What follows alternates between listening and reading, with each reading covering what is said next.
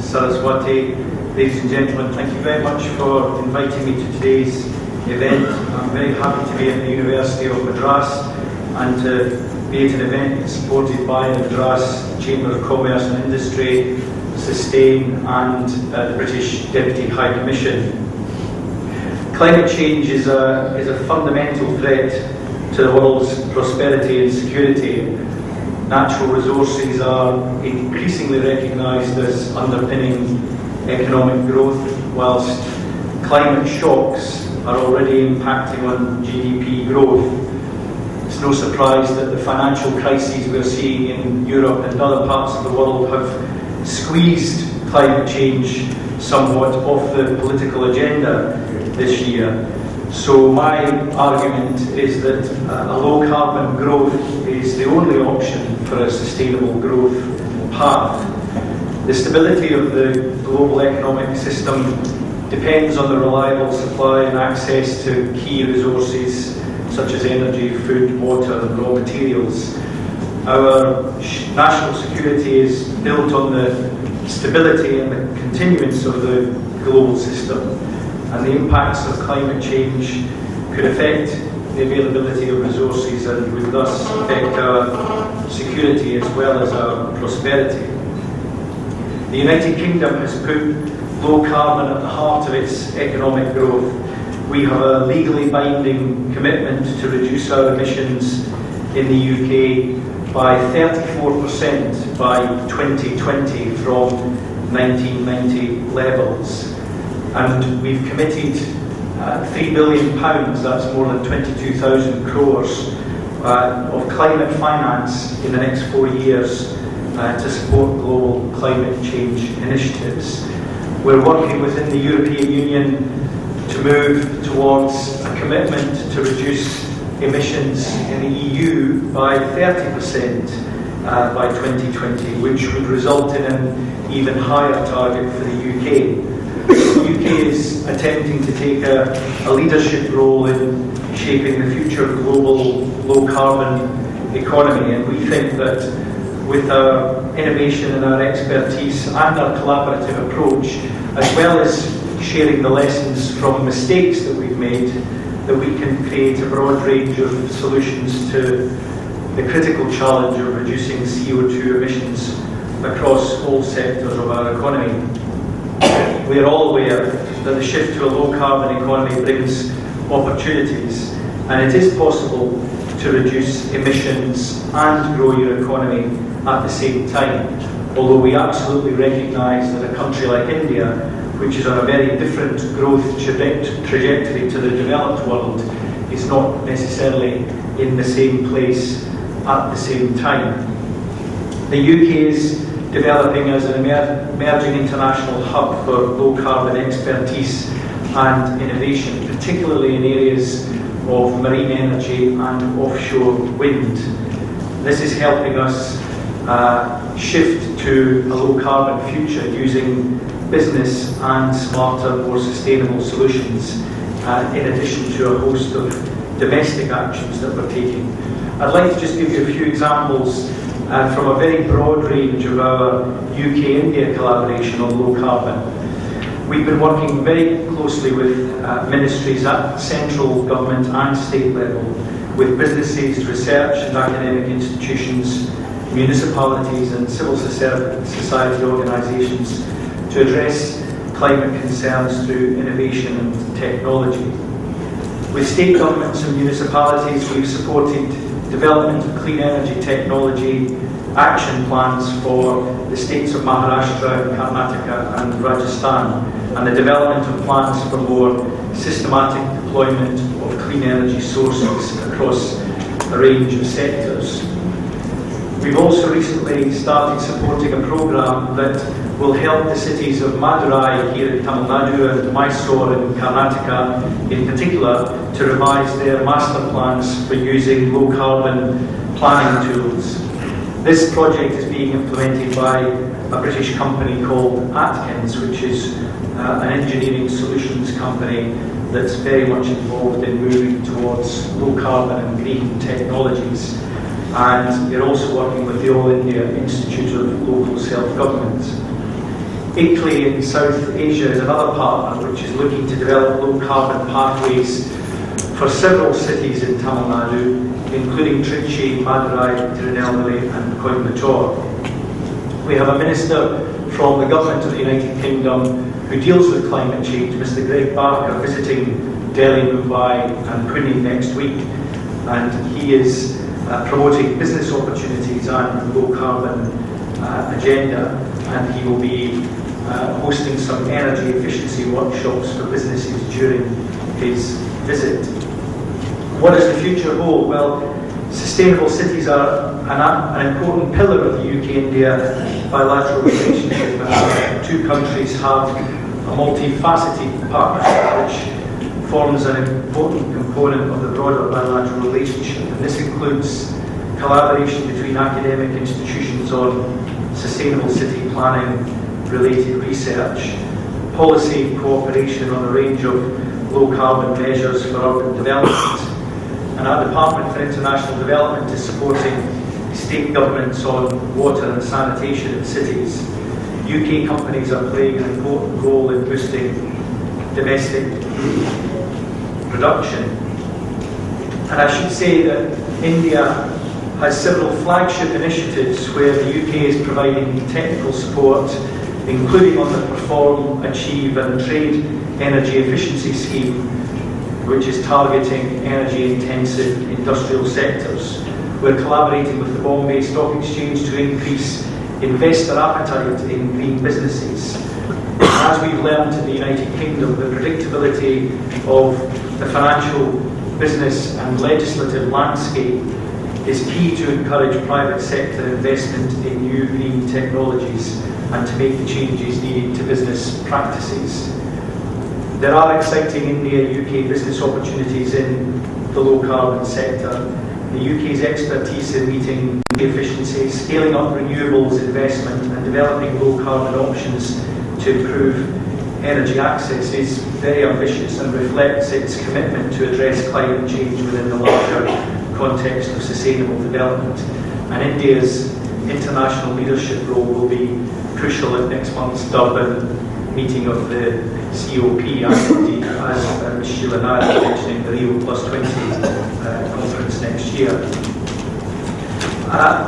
We're extremely eager to work with Indian partners, and that's why I'm pleased and privileged to be at today's event. And we're very keen to support new initiatives that help implement policies and guidelines to support the promotion of sustainable cities in India. And supporting progressive and low-carbon policies is very important for underpinning our collaborative low-carbon goals. I'm very confident that today's initiative and the launching of today's forum and the technical discussions that will take place later on will give us an opportunity to learn more about the Indian experience, perhaps share the UK experience, and importantly to learn from one another and help introduce guidelines and policies which will foster a low-carbon growth development pathway for Chennai and beyond. Thank you very much.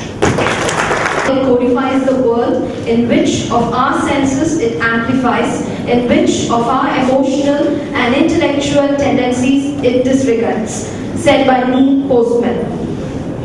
Mr. Prokop, 14 years experience as a senior marketing and product management positions in software and technology industry in Silicon Valley. He holds an MBA from MIT and Masters in Public Policy from Harvard University, and he has held senior leadership positions in product management, marketing and business development through multiple product release cycles at Microsoft and startups.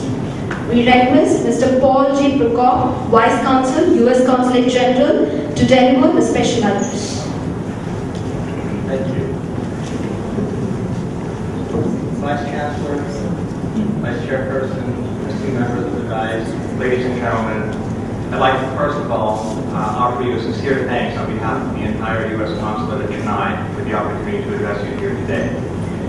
I must say I have the misfortune of following a number of very accomplished, eloquent, and insightful speakers, and so I'm going to begin with just a note of personal observation. Chennai is my home. It's my adopted city. I have chosen to come here with my wife, and we both have chosen to raise our young daughters here. So it is a matter of intense personal interest for me and for the consular community of the United States here in Chennai to understand and help and assist in any way we can the development of Chennai in an environmentally sustainable direction.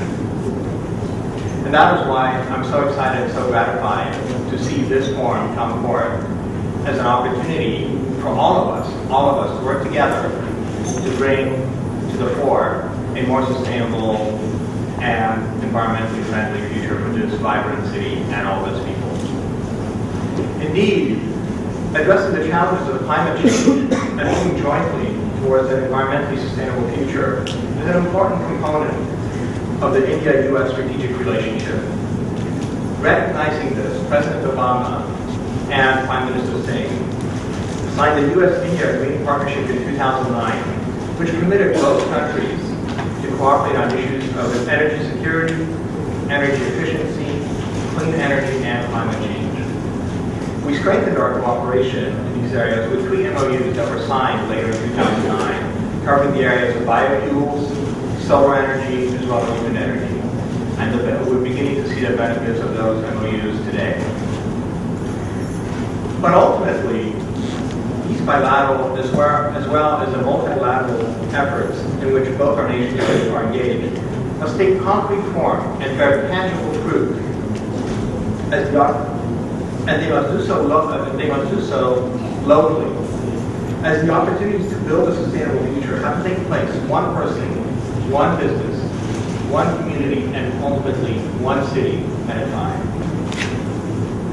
It is an inescapable truth, which some of the previous speakers have articulated more eloquently than I can, that more and more of the world's population is moving from rural to urban life. Creating sustainable cities is a critical component of any strategy to seriously address climate change. So with this in mind, I'd like to take the next few minutes just to highlight a couple of initiatives in which the U.S. and India are working together to deliver the promise of sustainability on the local level. First, I'd like to highlight the U.S.-India-China Cities Partnership, established under the auspices of the U.S. Department of Energy to collaborate on clean development, energy, and environment, and to share lessons learned about the policies and development strategies needed to bring us closer to environmental sustainability. Participating cities include, in the U.S., Chicago, Atlanta, LA, Philadelphia, and San Francisco. In India, Delhi, Mumbai, Bangalore, and of course Chennai. And in China, Shanghai, Guangzhou, Nanjing, and Beijing. This is a veritable list of the who's who in global world-class cities. And I'm very, very happy to say that my adopted city, Chennai, is on the list. And I'm also happy to report that Atlanta and Ahmedabad have worked together on an energy audit for public water supply and wastewater systems. They've also developed green standards for all municipal buildings and established a sustainability plan for 2030. Now, these are just small steps, and much, much more remains to be done. But it is gratifying to see cities around the world collaborating on these issues. Closer to home, here in Chennai, the U.S. is helping develop strategies for the Sri Perumbudur satellite town west of Chennai to move towards near-zero energy development. This is a model that can potentially serve as a template for future development around the world, not just in India. And we are watching that development very, very closely for us. And here at the University of Madras, the U.S. Department of Energy and the Brookhaven National Laboratory are working collaboratively with this institution on sustainable campus activities from energy efficiency improvements, and also with the OICO's Chennai Student Sustainability Task Force to assess the potential for improving campus energy efficiency. So we're working on multiple levels. Lastly, I'd like to highlight a research resource that is available to all of you here in Chennai. And that is the library at the U.S. Consulate. This is a free resource that has a wealth of information on the environmental and sustainability field. And they have a number of databases that are expensive to access and are available to you for free for no charge or for a nominal fee. I encourage you to see some of my colleagues during a break outside, just outside those doors. They will be happy to help you and address any questions that you might have. So let me close with just a very trite and overused slogan. Think globally and act locally. This oft-repeated catchphrase is particularly powerful, is a particularly powerful metaphor that describes the urgent need to act now and to act in our immediate communities to build a sustainable future. In the U.S., efforts such as the Climate Climate Initiative, which focuses on reducing greenhouse gases in the world's largest cities, and the Governor's Climate Summits, sponsored by California Governor Oliver Schwarzenegger, which brought subnational leaders from around the world to commit to greenhouse gas reductions in their communities, have proved that local action is not only possible, but it is effective. I'm excited and proud that my adopted city, Chennai, with the inauguration of the Sustainable Chennai Forum, is in the vanguard of local communities rising to meet the global challenges of climate change. Thank you very much.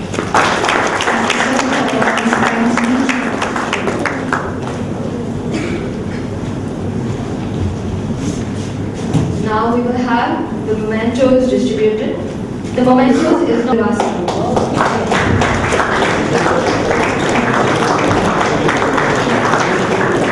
It's a Tulasi sapling, which probably encompasses spirituality, organic faith, biological, and sentimental one. Thank you, sir. The next memento, we request Mr. Dattatri to hand over to Ms. Santashila Nayak.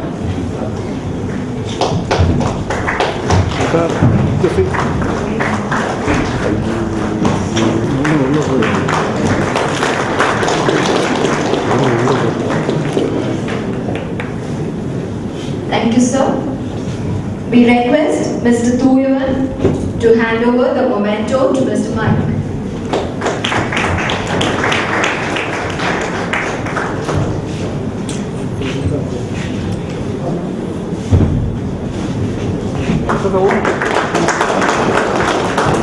Thank you, sir. We request Ms. Deepa to hand over the memento to Mr. Paul. She is coming.